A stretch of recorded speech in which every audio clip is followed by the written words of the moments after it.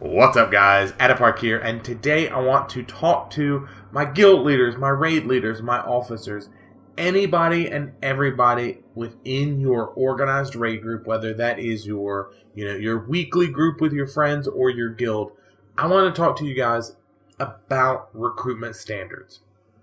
So if you are in a position to where you can set policy, you can set standards within your group, I want to talk to you guys. I want to talk about what you need to expect or what you should set forth about expectations when it comes to new people. When you are reaching out, when you're looking for new people, here are the things that you need to be asking, the things that you need to be making sure that that new guy, that new girl, that raider, you understand and they understand where you guys are at. Things like your minimum item level. How many raid days, what are the raid days, and how many days are you allowed to miss? What do you need to do if you're going to miss a raid day? What happens if you have no gems, enchants, potions, flasks, the cheap versions of them? What happens if you habitually offend the group rules? If there are rules set forth about whatever the case might be, and you decide that you are above the law when it comes to this, what happens?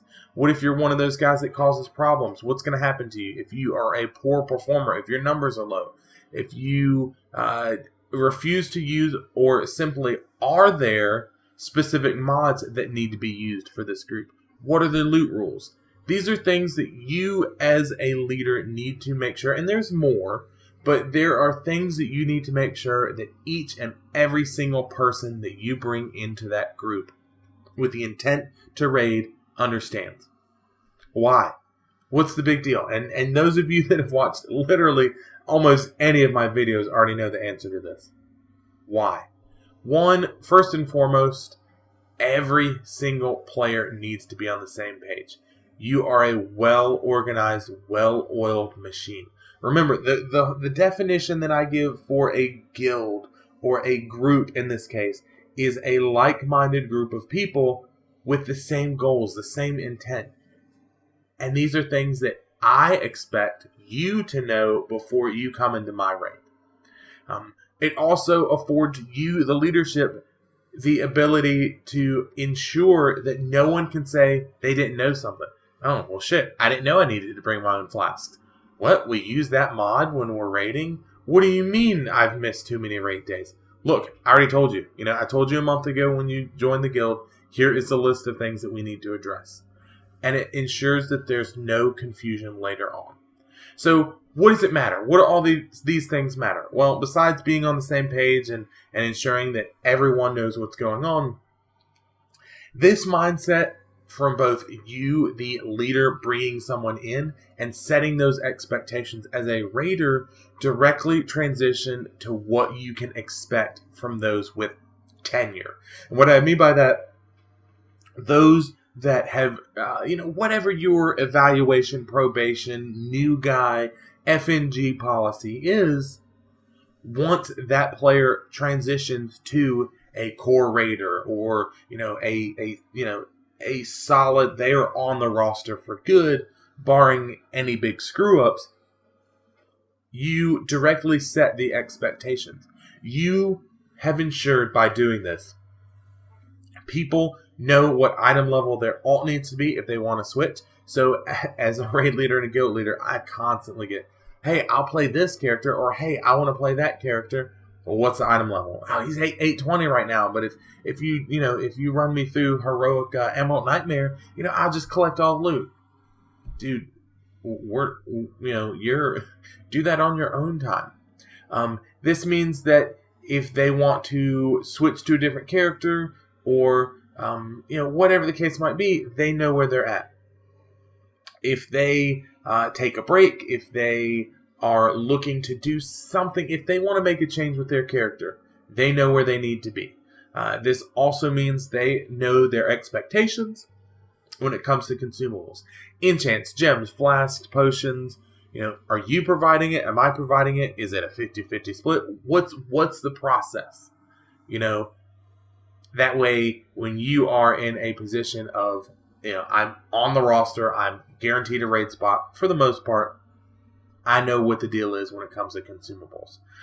You also set the expectation that these guys know what the penalty is for failure to abide by the rules, failure to perform well. All these things that we listed, you have set that in motion and you have ingrained that into their heads so that a year down the road, 2 years down the road, 5 years down the road, you can go, look, for 5 years, here is where we have needed, maybe two expansions later. Here's the performance that you're expected to do.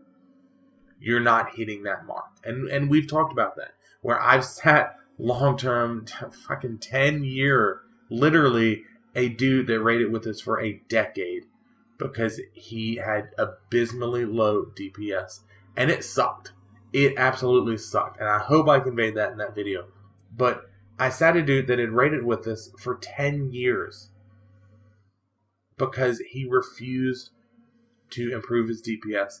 He refused to switch from at the time, an abysmally low ranked DPS spec to like the second highest spec just because he didn't feel like it. Stuff like that.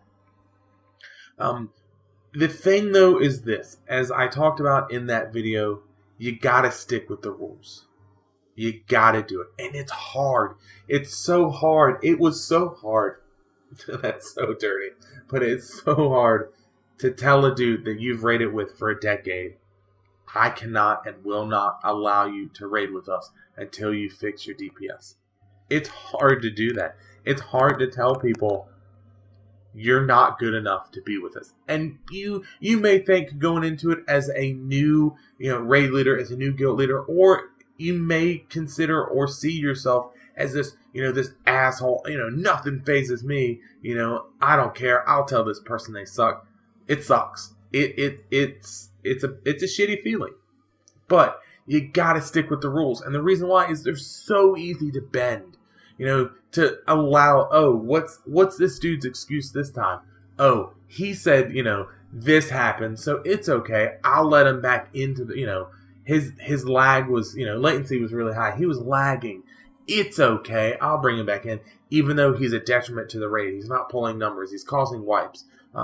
He's not doing what he needs to do, and everybody else is. And that's just not fair, man. That is absolutely not fair. And as I've said before, it ruins your ability to lead as a raid leader, as a guild leader, as an officer, because people pick up on this stuff. People so quickly pick up on, okay, that dude is significantly lower than us. He's brought back into the group, and he's getting gear, and we're carrying this guy, and it does two things. One, it goes, wow, screw the officers for not doing something. Screw the guild leader, the raid leader. But also, why should I care? And fuck this guy because he's stealing all my loot. And it is an accident, a nuclear reaction waiting to go off. It's something's going to explode. And it lets people know, it lets your raiders from the new guy to the most senior guy out there know that you are serious. That you will sit people. They will be benched. They will be replaced if these expectations are not met. And the thing is, as hard as it is going to be, and as shitty as it is at times, people respect order. Your raiders will respect you when you uphold this. It may not be easy for you. It may not be easy for them. You may push them. And that's what you want to do, right? Again, this group of like-minded individuals that need to be pushed. But it allows you as a leader to impress upon your raiders, your guild members, your group members, if they are succeeding or failing. And it lets you know as a brand new player or as a, I'm the most senior guy on the roster, no, I'm not hitting what I need to hit. Here are the expectations. I'm either hitting or missing them. And it's good on both fronts because everybody knows what's going on. So, what I encourage you guys to do is, if you have not done so already, make sure that you have standards. Don't just willy-nilly invite everybody. Oh, this guy's 850, this guy's 820, this guy never shows up. if you want to progress, and again, if you want to push your group, whether that's normal, heroic, mythic, whatever the difficulty you are choosing, if you truly want to push people, you need a standard, and you need to stick to it. Now, as a side note, when I was writing up this, the documentation and kind of this outline, which I always do for you guys, at least to keep me on track. After a while of doing this, I've realized that having a point of contact to relay all this information isn't necessarily a bad idea.